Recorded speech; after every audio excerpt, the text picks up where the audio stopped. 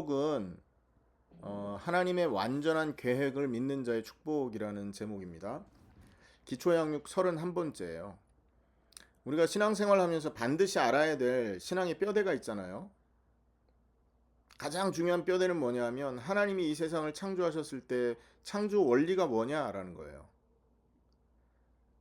하나님의 창조 원리는 뭡니까? 하나님의 질서대로, 창조 질서대로 살 때 행복이 온다라는 겁니다. 물고기는 물속에, 나무는 땅에, 인간은 하나님의 형상이기 때문에 하나님과 함께, 그리고 생육하고 번성하고 정복하고 다스리라는 명령을 하나님이 허락하시잖아요. 창세기 1장에 26절에서 28절에 보면 그 이유는 뭐냐면 그게 하나님의 계획이라는 겁니다. 앞으로 인간을 향해서 하실 일, 하나님의 형상이 온 땅에 가득 차는 것, 그게 하나님의 창조의 목적이었다라는 거죠. 그게 하나님의 마스터 플랜이었습니다. 이 지구를 움직이고 역사를 움직이는 마스터 플랜. 자, 그런데 이것이 창세기 3장에서 인간이 하나님을 배반하면서 문제가 왔는데 그 문제를 해결할 하나님이 플랜을 주신 거죠. 그게 뭐냐면 그리스도를 통한 액션 플랜입니다. 그리스도를 가지고 인간이 하나님 떠나서 창조 질서를 어기고 불행하게 되었잖아요. 그 불행에 빠진 인간을 다시 하나님께로 돌리고 하나님 형상으로 만드는 것. 그리고 그 하나님의 형상된 인간들이 원래 계획처럼 온 땅에 가득하게 되는 것. 그게 그리스도를 통해서 행하실 액션 플랜이라고 하는 거죠. 자, 그럼 우리는 뭘 찾아야 되느냐면 워크플로어를 찾아야 됩니다. 구체적인 실행 계획. 워크플로어. 나를 통해서 그 하나님의 형상이 가득 차게 만드는 그 일을 이루는 데 필요한 그 과정들, 실제적이고 구체적인 그 일들이 무엇이냐, 업무가 무엇이냐. 여러분, 우리가 신앙생활하면서 어느 수준이 되면 바로 이 부분을 우리가 갖고 있어야 되는 겁니다.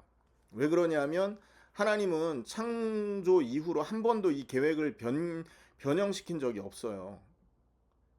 지구를 움직이는 이유도 바로 이 일을 진행하는데 유익하니까 지구를 움직이고 계시는 겁니다. 아직 하나님의 형상을 가득 채우는 데 있어서 역사와 시간이 진행되는 것이 유익한 거예요. 대통령을 세웠다 대통령을 탄핵시키고 하는 이런 일들도 하나님의 계획의 일부라는 거죠. 하나님 형상을 가득 채우는 일에 그들이 필요한 겁니다.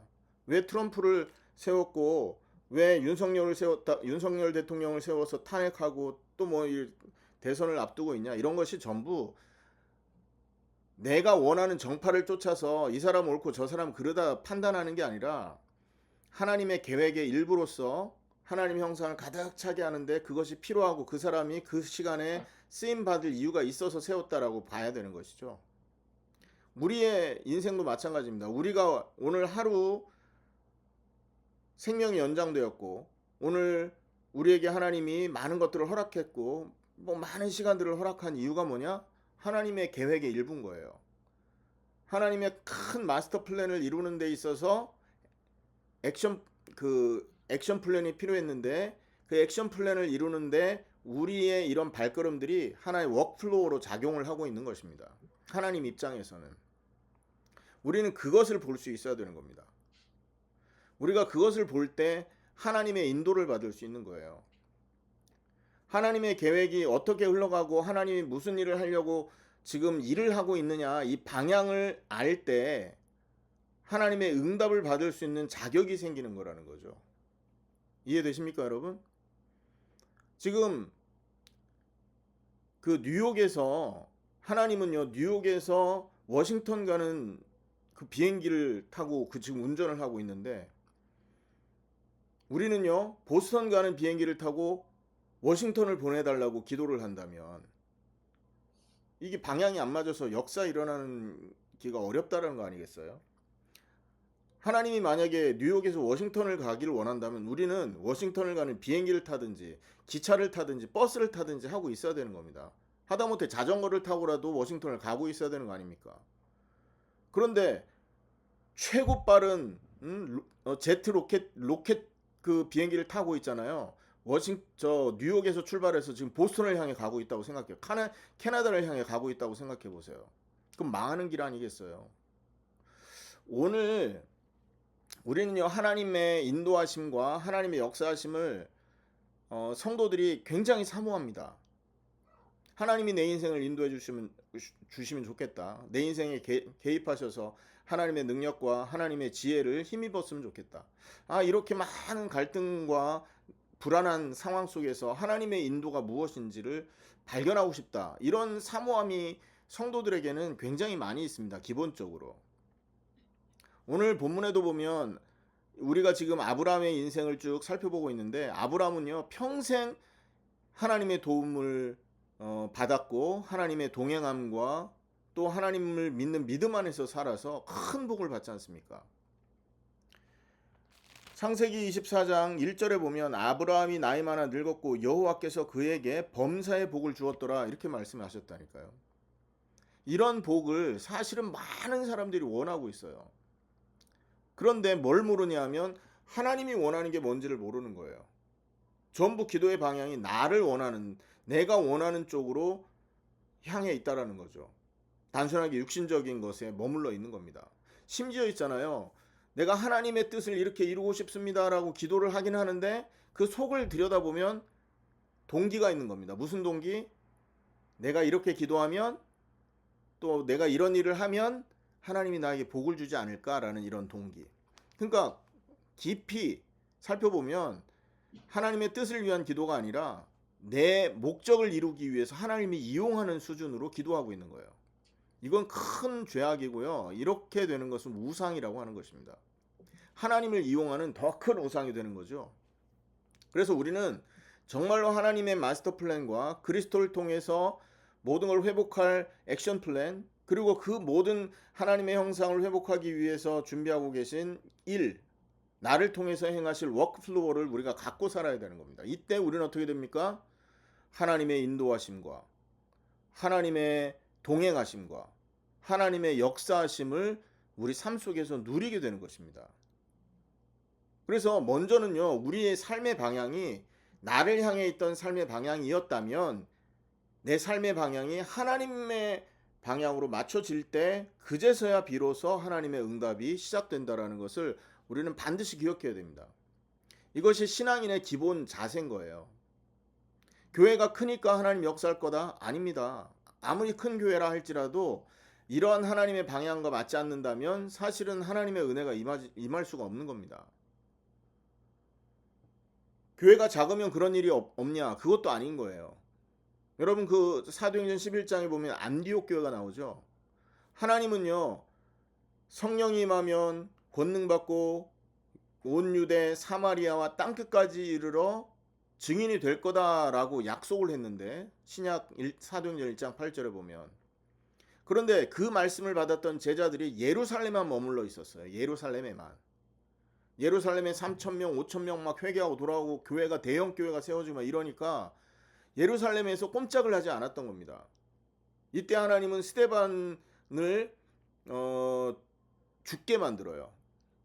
유대 땅에 큰 환란이 일어나게 만든다고요. 그래서 그 환란을 피해서, 아니 순교자가 나왔다고요. 교회 집사 아닙니까? 초대교회 집사 7명 중에 한 명인 스데반이 돌 맞아 죽는 큰 박해 사건이 일어난 겁니다.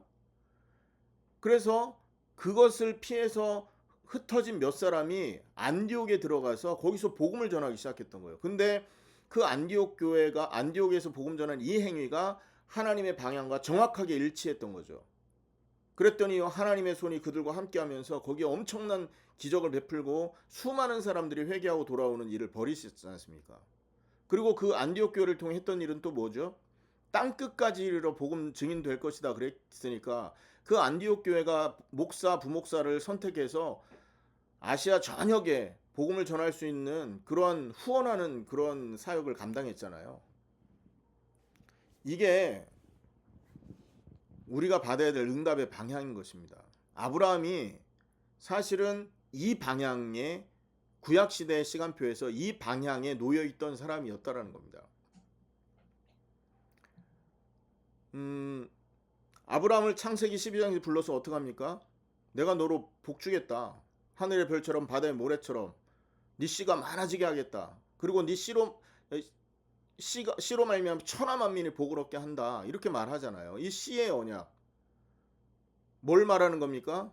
하나님의 그 액션 플랜을 말하는 겁니다. 이해되십니까? 이 씨 그리스도를 말하는 거 아닙니까? 이삭을 통해 그리스도 보낼 거고 그 그리스도를 통해서 천하 만민을 복얻게 하겠다라는 거예요. 그때 그 말을 들었을 때 아브라함은 그럼 이 일을 이루기 위해서 나는 무슨 일을 해야 되냐? 워크플로어가 뭐냐? 나는 그 일을 이루기 위해서 어떤 쓰임을 받아야 되느냐? 처음에는 이 부분에 답이 없었잖아요, 아브라함이. 가나안에 머무르면 됐거든요. 가나안에서 하나님 명령 순종하고 거기에서 하나님의 뜻대로 그냥 성령님도 받고 살았으면 되는데 어떻게 했습니까, 아브라함이? 흉년이 오니까 애굽으로 가고 또 자기가 나이 많아서 애기를 낳기 어려우니까 종을 통해서 후처를 얻고 막 이런 실수를 범하잖아요. 그러다가 나중에 하나님의 약속대로 100세가 되어서 아기를 낳을 수 없는 그 상황 속에서 실제 아이가 태어나는 기적을 체험합니다. 이때 아브라함은 생각한 거예요. 아, 나를 통해 하나님이 이 일을 원하시는구나 하면서 그때부터 하나님 앞에 순종하다가 자기 아들 이삭을 모리아산에 바치라 했을 때 주저없이 가서 순종하지 않습니까? 하나님의 언약과 자기가 해야 될 그 워크플로어를 깨달았다는 얘기입니다. 그래 데리고 가서 죽이려고 하잖아요. 이때 하나님이 사자를 보내서 죽이지 마라 명령하면서 수양을 예비했다고 얘기하시고 그 수양을 잡아서 이삭 대신 번제로 드리게 모든 길을 예비하시죠. 뭘 설명한 겁니까? 하나님의 마스터 플랜을 이루기 위한 액션 플랜을 설명한 겁니다. 그 사건을 통해서 그리스도를 설명한 거라는 거죠. 그리스도를 설명하는데 아브라함과 이삭이 쓰임 받은 겁니다. 이러니 하나님이 아브라함을 축복할 수밖에 없는 거 아닙니까? 그리고 오늘 본문은 또 뭐냐면 아들 이삭이 신부를 맞이하는 뒷부분의 얘기잖아요. 겉으로 보면 혼인 이야기잖아요. 자기 아들의 혼인. 그런데 이 속에는요, 아브라함의 놀라운 믿음이 숨겨 있다는 겁니다. 하나님의 계획을 믿는, 하나님의 마스터 플랜을 믿는 자가 할 수 있는 믿음의 행동들이 기록되어 있는 거예요. 하나님이 앞으로 할 일을 우리가 미리 알고 있어요. 그럼 나는 지금 뭘 해야 되느냐? 이게 나오는 거 아닙니까? 자, 하나님이 지금 우리가 워싱턴 가기 원한다면 지금 우리가 할 워크플로우는 뭡니까? 인터넷 찾아보고 티켓이 무언가 어디 지금 워싱턴 가는 차가 버스가 있는지 기차가 있는지 비행기가 있는지 알아보고 내가 갈 수 있는 시간표 알아보고 그 들어가서 예매하고 돈 지불해야 되는 거 아니에요? 그게 워크플로우잖아요. 아브라함이 지금 나이가 늙었어요. 자기는 이제 하나님 앞에 갈 날이 얼마 안 남았습니다. 그런데 아브라함 생각에 그럼 나는 지금 무엇을 해야 되냐? 아, 이삭이 하나님의 계획을 이루는데 방해받지 않도록 순결한 믿음을 가진 사람으로 신부를 맞이해서 하나님의 뜻을 온전히 이루어갈 수 있도록 도와야 되겠구나. 이거를 찾아낸 거예요. 그리고는 어떻게 합니까? 결단하지 않습니까? 어디 내가 살고 있는 이 땅에서가 아니라 우리 고향에서 실제 이 믿음의 혈통 가문에서 신부를 데려와라. 이렇게 지금 부탁하고 종을 보냈단 말이에요. 근데 이 종도 보면 하나님 앞에 인도받는 장면이 고스란히 기록되어 있지 않습니까? 그래서 오늘은요, 우리가 지금 신약시대를 살잖아요. 신약시대를 사는 우리가 하나님의 마스터 플랜을 이룰 수 있는 그리스도를 통한 하나님의 액션 플랜, 그리고 그 액션 플랜을 이루기 위해서 나는 어떤 워크플로어를 가지고 살아야 되느냐, 그 내용을 갖고 있을 때 하나님은 어떤 축복을 주시고 또 이삭과 리브가의 결혼을 통해 하나님의 어떤 섭리가 드러나는지 이런 내용들을 좀 살펴보려고 합니다. 그러니까 신약시대에 나는 어떤 인생을 살아야, 어떤 믿음을 가져야 되고 그 믿음을 가질 때 어떤 축복이 있느냐, 이 내용인 것이죠. 첫 번째는요, 하나님의 계획을 믿는 믿음을 가진 자에게는요, 하나님의 인도하심을 받는 축복이 생깁니다. 하나님이 인도하신다고요. 왜 그러냐? 한번 생각해 보세요. 그 플랜을 주신 분이 누굽니까? 그 계획을 아브라함의 마음에 집어넣으신 분이 하나님이잖아요. 그런데 그 일을 하기 위해서 자기가 받은 그 사명, 하나님의 계획을 하나님으로부터 들은 그 계획을 이루기 위해서 한 걸음을 내디뎠단 말이에요. 그럼 뒤에서 응원하고 힘을 줘야 될 분이 누가 되는 겁니까? 이웃집 아저씨가 힘주겠습니까? 아내가 힘주겠습니까? 물론 아내도 같은 방향이라면 힘주겠지만 사실은 더 크게 관심을 가질 사람은 누구냐면 바로 하나님이시라는 겁니다. 누구시라고요? 하나님.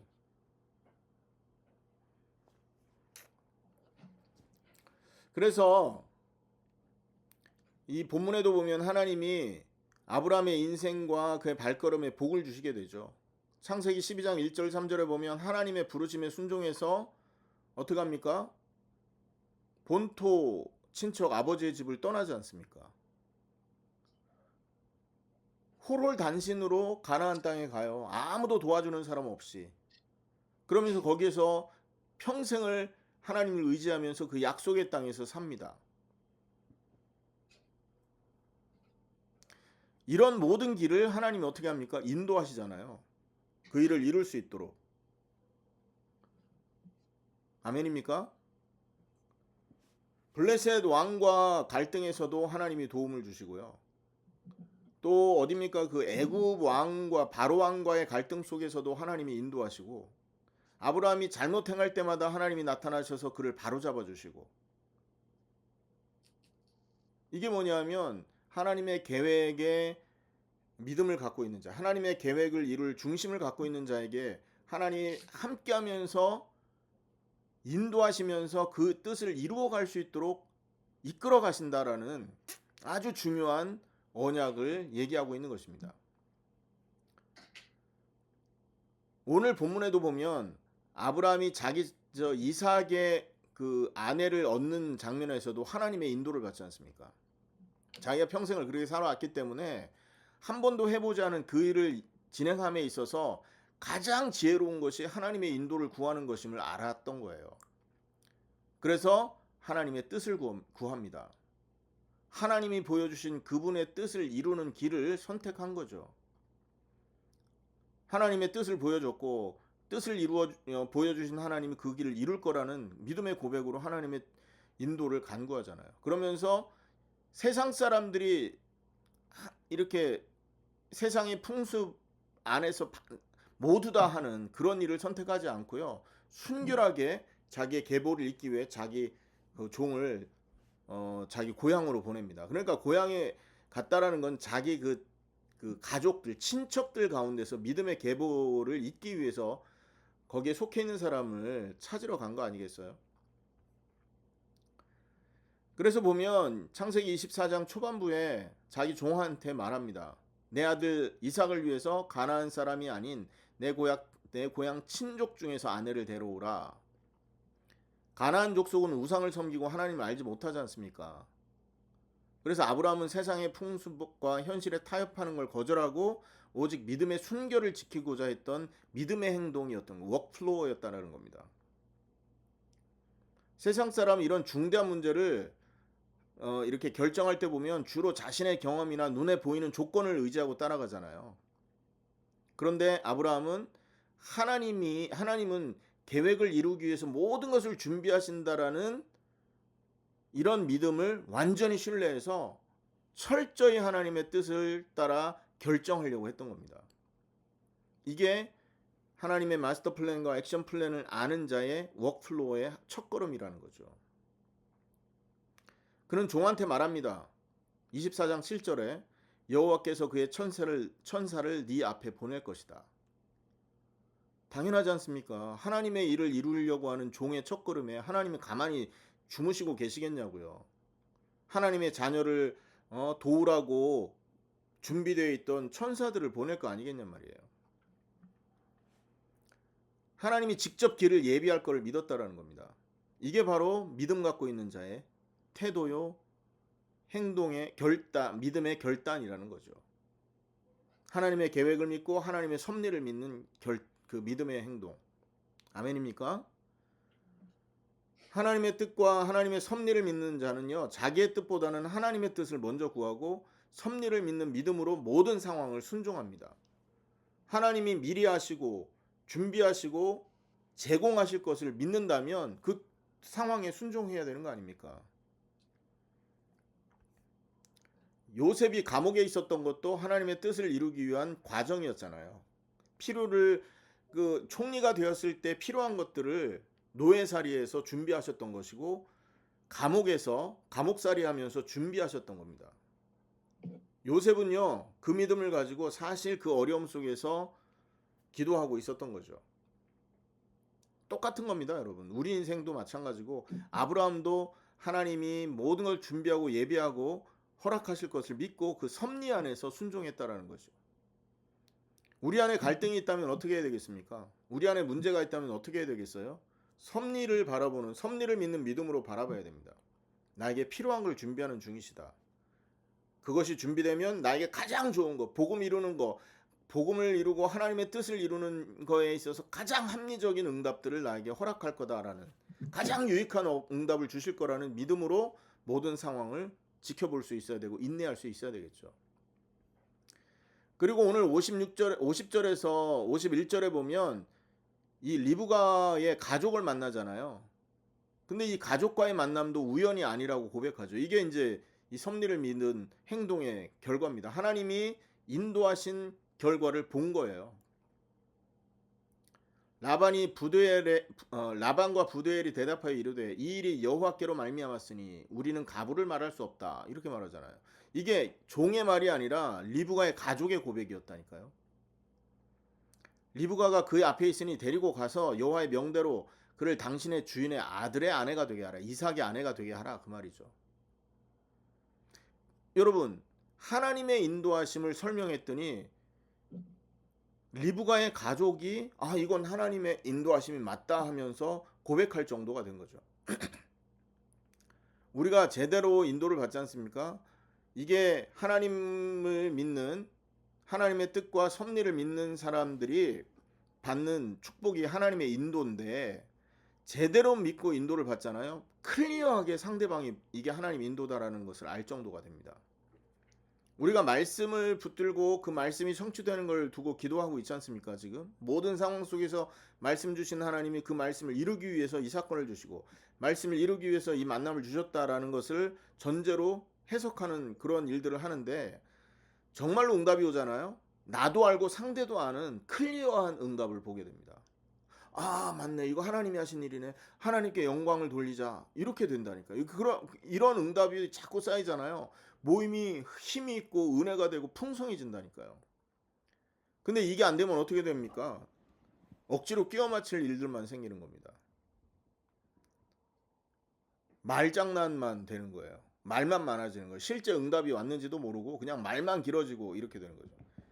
하나님이 이번 주에 이 말씀을 주셨고 이 말씀을 이 사건을 통해서 이렇게 성취하더라라는 클리어한 응답들이 나올 때 사실은 이게 하나님의 응답 인도구나라는 걸 주변 사람들이 볼 수 있는 것처럼 정말로 우리가 이 믿음을 가지고 하나님의 인도를 받으면 우리 주변 사람들도 이게 하나님의 인도다를 알게 된다라는 거예요. 그 정도로 클리어한 응답이 믿음 갖고 있는 자들에게 나타난다는 거죠.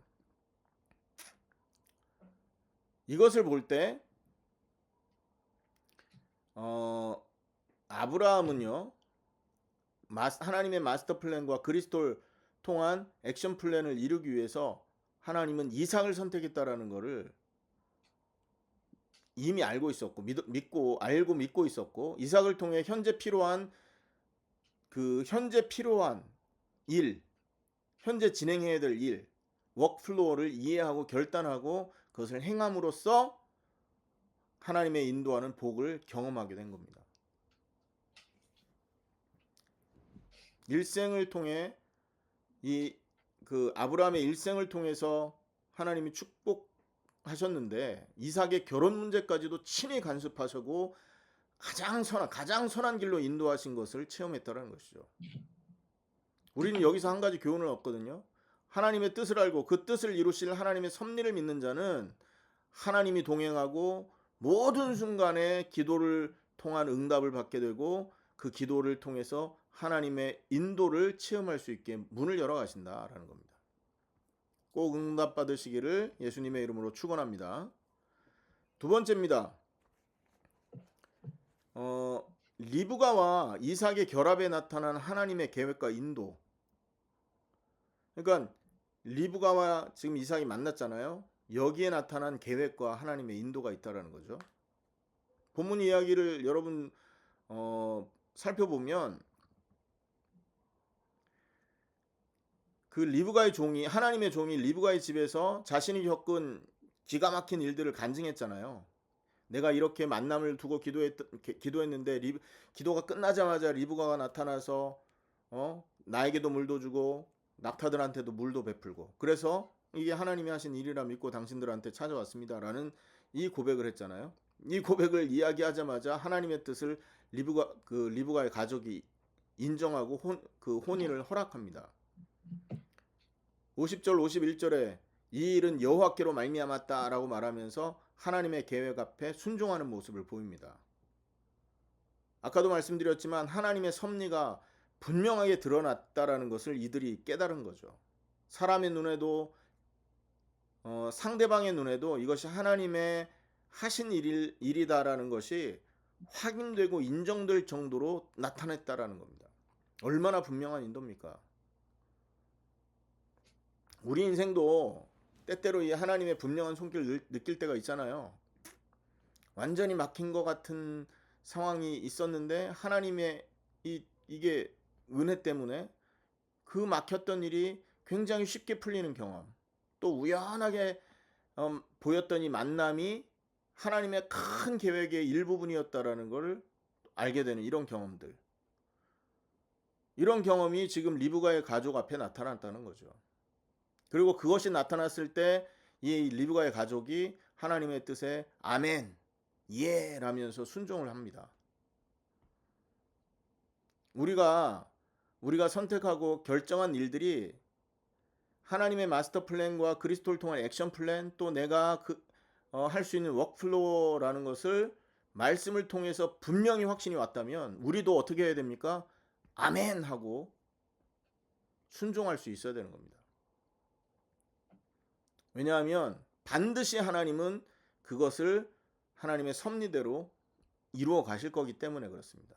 그렇기 때문에 어떤 상황 안에서 두려움이 있다거나 낙심함이 있다거나 답답함이 있다거나 조급함이 생겼다면 하나님의 언약을 다시 믿음으로 붙들고 인내하면서 응답을 기다릴 줄 아는 지혜로운 성도들이 되어야 되는 겁니다. 하나님의 계획이 이렇게 드러나니까 아브라함의 종은 어떻게 합니까?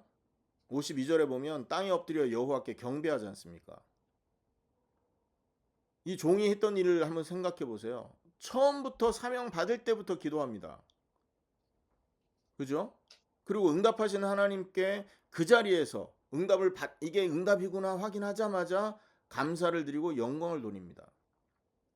바로 이게 하나님의 뜻, 하나님의 이 워크플로우를 아는 자가, 그리고 또 이 섭리를 믿는 자의 신앙의 모습이라는 겁니다.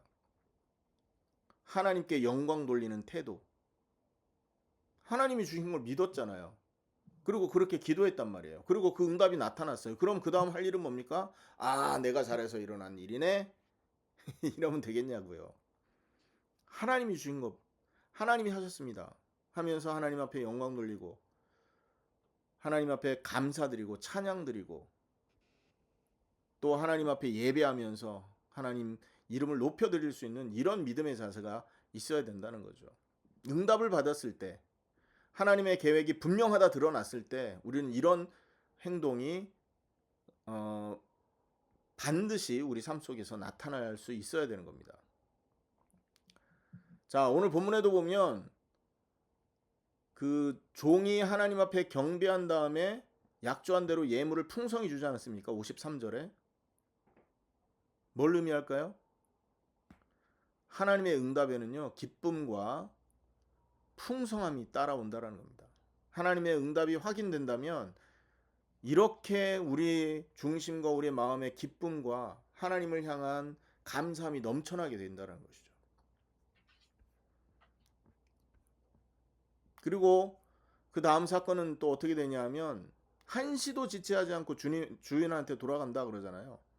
54절에서 56절에 보면 다음날 리브가 가족은 열흘 정도 더 머무르라 부탁을 하는데 여호와 저 아브라함의 종은 뭐랍니까? 하나님이 이미 내 길을 형통하게 하셨으니까 더 이상 지체하지 말아라 하고 간청합니다. 하나님의 뜻이 이루어졌고 그리고 이것이 하나님의 뜻이 분명하다라고 깨달아졌을 때는 이 아브라함의 종도 지체 없이 실행에 옮겼다라는 거죠. 여기서 이 종이 행한 이 태도는요, 우리한테 큰 교훈을 갖다 주는데 그게 뭐냐면 우리 삶 속에 실수하는 게 뭐냐? 하나님이 주신 것이고 하나님의 뜻이 분명하고 하나님의 인도하심이 확실한데 지체하고 게을러서 기다리게 되고 실행하지 못하게 되고 이럴 때 많지 않습니까? 그걸 그렇게 기다리고 지체하다가 하나님의 은혜의 기회를 놓치는 일 여러 번 있지 않습니까? 우리가 예전에 현장을 뛸 때 현장에 가면 항상 하나님이 준비한 사람들이 있더라고요. 회개했습니다. 하나님, 우리가 이렇게 늦게 왔습니다. 늦게 와서 우리가 지금 여기를 10년 만에 왔는데 10년 동안 이 응답이 딜레이가 됐군요. 하나님 죄송합니다. 그걸 깨닫게 되더라고요. 그래서 우리 그 당시에 우리가 얼마나 빨리 그 현장에 발을 딛고 그 현장에서 제자를 찾느냐가 세계복음화를 얼마나 빨리 앞당기는 것이냐, 그거와 관련이 있다면서 지체하지 않고 애쓰려고 움직이려고 애썼었거든요. 결단력이 필요합니다. 이것이 하나님의 뜻이 분명하다, 하나님이 원하는 것이다, 이것이 하나님의 계획이다 했을 때는 지체하지 말고 순종하고 때를 놓치지 않도록 애쓰는 것이 우리가 할 일이고 우리가 가져야 될 지혜라는 것이죠. 그리고 58절에는 리브가한테 가족들이 묻지 않습니까? 이 사람과 함께 가겠느냐? 이때 리브가의 대답이 걸작이죠. 예, 갑니다. 그럽니다. 평생 처음 본 남자한테. 여러분 한번 보세요. 이 리브가의 한마디 고백에도요, 굉장한 믿음과 결단과 순종이, 그러니까 믿음의 결단과 순종이 담겨 있어요. 평생을 같이 있던 가족을 떠나서 한 번도 만나보지 못한 이삭한테 가는 게 쉽겠습니까, 여러분? 얼굴도 본 적이 없잖아요. 쉬운 선택이 아닙니다. 근데 마치 오래전에 아브라함이 하나님의 부르심에 순종해서 본토 친척 아버지 집을 떠난 것처럼 리브가도 믿음으로 새로운 여정을 받아들인 것입니다. 리브가는요, 하나님의 계획 안에서 자기가 부름받았다라는 사실을 깨닫고 담대하게 응답한 거예요. 믿음의 모험과 결단, 이것을 요구받을 때가 있거든요, 우리가. 그때 리브가처럼 예, 가겠습니다 하고 순종하는 사람이 하나님의 인도하심을 받고 하나님과 동행하심의 축복을 누리는 것입니다. 왜냐하면 이건 전쟁터를 가는 거거든요, 사실. 한 번도 가보지 못한 곳, 그리고 혼자 가야 될 여정. 얼마나 그 심적인 부담과 상황의 어려움이 있겠습니까? 전쟁이거든요, 영적 전쟁. 이 영적 전쟁을 받아들이고 순종하고 발걸음을 내디딜 때 하나님이 함께하는 체험을 하게 된다는 것이죠, 여러분. 우리가 이러한 믿음의 결단을 할 때 하나님은요, 놀라운 일을 이루십니다. 우리도 우상에 빠져서 하나님을 대적하는 자리에 있었잖아요. 그리고 평생을 나를 하나님으로 섬기는 우상 숭배의 자리에서 살아왔던 그런 사람들 아닙니까? 심지어 우리가 예수님을 말하면서, 예수의 이름을 말하면서, 하나님을 믿는다 말하면서 나라는 우상을 만족하기 위해서 살아온 엄청나게 악한 죄인들 아닙니까? 이런 죄인들에게 하나님은 지금도 우리 복음의 말씀을 주십니다. 우리가 마음을 열고 귀를 열고 십자가와 부활의 복음의 메시지를 들었을 때 지체하지 않고 하나님, 내가 죄인입니다. 나를 받아주십시오. 십자가에 죽으신 예수님과 함께 나의 옛사람이 이미 못 박혀 있음을 믿습니다. 내 안에 그리스도께서 오셔서 나를 하나님의 뜻을 이룰 그리스도의 제자로서, 하나님의 자녀로서 새로운 삶을 살 수 있게 해주십시오라는 여러분 믿음의 결단과 행동, 지체하지 않고 행하는 여러분 되기를 예수님의 이름으로 축원합니다. 그리고 리브의 가족이 이 떠나는 딸을 위해서 또 축복하지 않습니까? 60절에 우리의 누이여 너는 천만인의 어머니가 될지어다. 내 씨가 그 원수의 성문을 차지할지어다. 60절 한번 읽어볼까요? 24장 60절 같이 읽습니다. 59절 60절입니다. 시작. 그들이 그 누이 리브가와 그의 유모와 아브라함의 종과 그의 동양자들을 보내며 리브가에게 축복하여 이르되 우리 누이여 너는 천만인의 어머니가 될지어다. 내 씨로 그 원수의 성문을 얻게 할지어다. 이건요 단순히 덕담 아니잖아요. 딸을 보내는 그럼 그 가족들의 어떤 덕담이 아니고 하나님의 약속의 언어입니다. 천만인의 어머니라는 것은요 수많은 자손을 말하잖아요.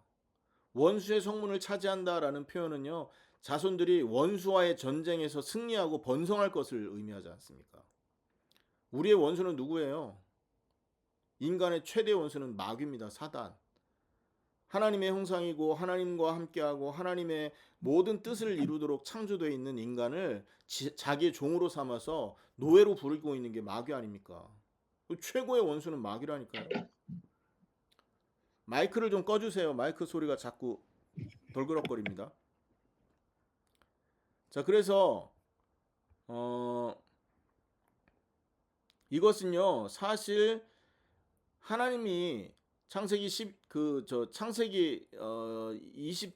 22장에서 주셨던 그 원수와의 전쟁에서 승리하고 아브라함한테 직접 주셨던 약속하고 맥을 같이 하지 않습니까? 22장 17절에 보면 내 씨가 대적의 문을 얻으리라 했는데 리브가도 그 언약을 똑같이 받고 있는 겁니다. 그러니까 이 말은 이제 리브가가 그 약속의 계보에 들어와서 축복의 주인공이 될 것이다 라는 것을 말하는 거죠.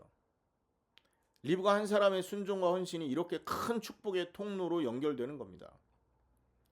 우리가 하나님의 계획 앞에서 결단하고 믿음의 행동을 할 때 우리의 인생이 하나님의 축복의 통로와 연결되어서 하나님의 인도를 받게 되는 거죠.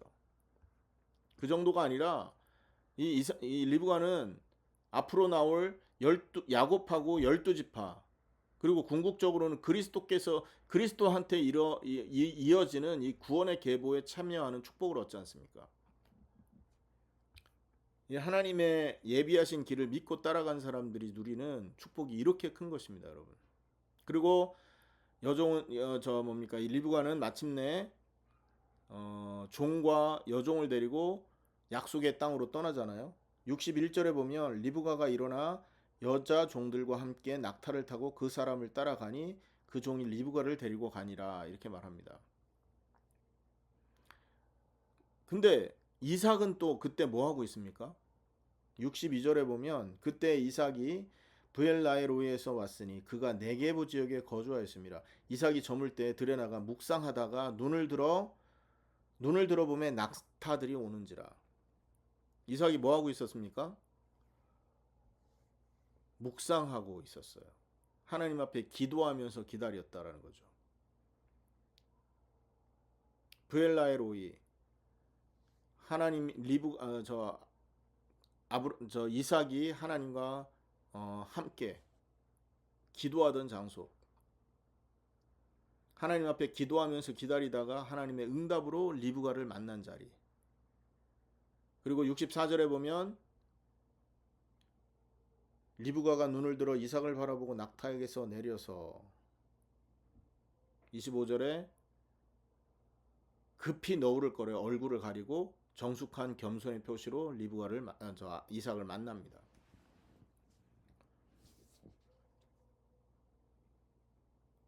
얼마나 감격스럽겠습니까, 여러분? 그리고 또 이삭은요 여기서 교회의 그 예수님의 상징이지 않습니까? 예수님을 상징하지 않습니까? 그죠? 이 리브가는 교회를 상징하고 이삭은 예수님을 상징합니다. 교회와 나중에 예수님이 천국 혼인 잔치를 혼인 잔치에서 신부로서, 교회는 예수님의 신부로서 대접을 받게 되지 않습니까? 그래서 이 장면이 예수님과 교회를 말하는 것인데, 예수님은 교회를 맞이하기 위해서 기도하고 계신다라는 거죠. 저와 여러분이 회개하고 하나님께 돌아오기를 기다리면서 기도하고 계신다. 얼마나 감격스럽습니까? 이런 상황에 있다가 우리가 나중에 예수님의 하나님의 모든 그 계획이 완성되는 날, 천국에서 예수님과 혼인잔치를 할 날이 오는 것입니다. 그때 하나님을 찬양하고 하나님을 예배하고 하나님의 이름을 높이는 그런 응답이 일어난다라는 것이죠. 마지막으로 67절은 얘기를 이렇게 마무리를 짓는데, 이삭이 리브가를 어머니 사라의 장막으로 데려다가 아내로 삼고 사랑하였다. 이삭이 그의 어머니를 잃은 후에 리브가로 말미암아 위로를 얻었다. 이게 사랑과 위로의 결말 아니겠어요? 하나님이 예비하신 만남이 이처럼 복되게 마무리가 된다라는 거죠. 나중에 우리는, 교회는요, 그리스도로 인해서 감격하고 또 그리스도는 교회로 인해서 위로를 받고 결국 나중에는 행복한 결말로 하나님 앞에 영광 돌려드리는 그런 축복이 마무리가 되는 거죠. 이런 모든 일들은요, 세 번째 보면 우리 신약 성도들에게 교훈을 주고 있어요. 신약 시대를 사는 우리가 어떤 교훈을 이 본문에서 얻을 수 있는지 잠깐 살펴봐야 되는데, 첫 번째로는요, 하나님과 동행할 수 있다라는 거, 이 의미를 새겨야 됩니다. 어떻게 동행합니까? 예수 그리스도를 믿음으로 하나님과 화목하게 되고 그리스도의 임재를 누리는 겁니다. 예수님의 십자가와 부활로 우리의 죄가 씻음받을 길이 열린 거잖아요. 예수님이 하나님의 형상이기 때문에 우리가 예수를 영접하는 순간 하나님의 형상으로 변화가 되는 겁니다. 이미 변화되고 아직은 육신으로 이 땅에 사는 거죠. 이미와 아직의 그 갈등 속에 살게 되겠죠. 그래서 그 믿음을 가지고 이제 우리는 하나님 앞에 담대히 나가게 되는 거죠. 그래서 하나님과 동행한다라는 것은 복음으로 말미암아 동행할 수 있게 됩니다. 복음으로 죄 씻음을 받고 하나님과 동행하게 된 자의 증거는 뭐냐? 사람의 생각이 하나님, 육신의 뜻을 쫓는 게 아니라 하나님의 뜻을 쫓는 쪽으로 방향이 바뀌어지게 되어 있습니다. 그 하나님의 뜻을 쫓아서 살아가는 사람으로 바뀌기 때문에 그 사람에게 하나님이 함께하고 그 사람에게 하나님이 인도하고 그 사람을 힘주는 그 축복 속으로 자연스럽게 들어가게 되는 것이죠, 여러분. 이해되십니까? 하나님과 동행한다라는 것은 단순하게 그냥 우리가 하나님 자녀되었고 내 문제를 해결해 준다라는 수준이 아니라, 내 인생이, 나를 향하고 세상을 향하던 내 인생이 하나님을 향하고 하나님의 뜻을 이루는 쪽으로 바뀌어진다라는 걸 의미하는 겁니다. 이때 하나님이 함께할 필요 충분 조건이 완성되는 거예요.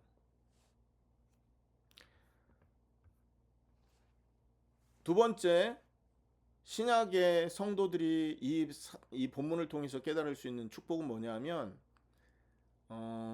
하나님의 인도하심을 신뢰하고 순종하는 삶을 살게 된다는 겁니다.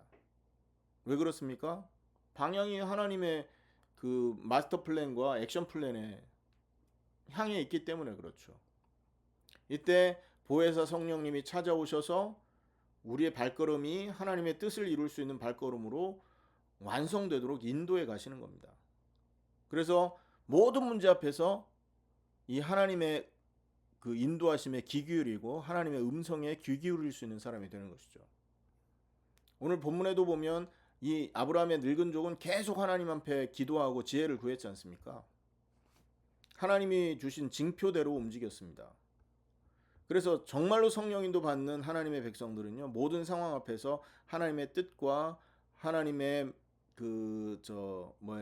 방향을 간구합니다. 하나님의 뜻이 뭡니까? 하나님, 나 이 상황에서 어떤 방향이 하나님 원하는 방향입니까? 그리고 내가 이 상황에서 어떤 일을 하는 것이 가장 올바른 워크플로우를 갖게 되는 겁니까? 라는 하나님의 뜻을 구하는 기도를 하게 된다는 것이죠.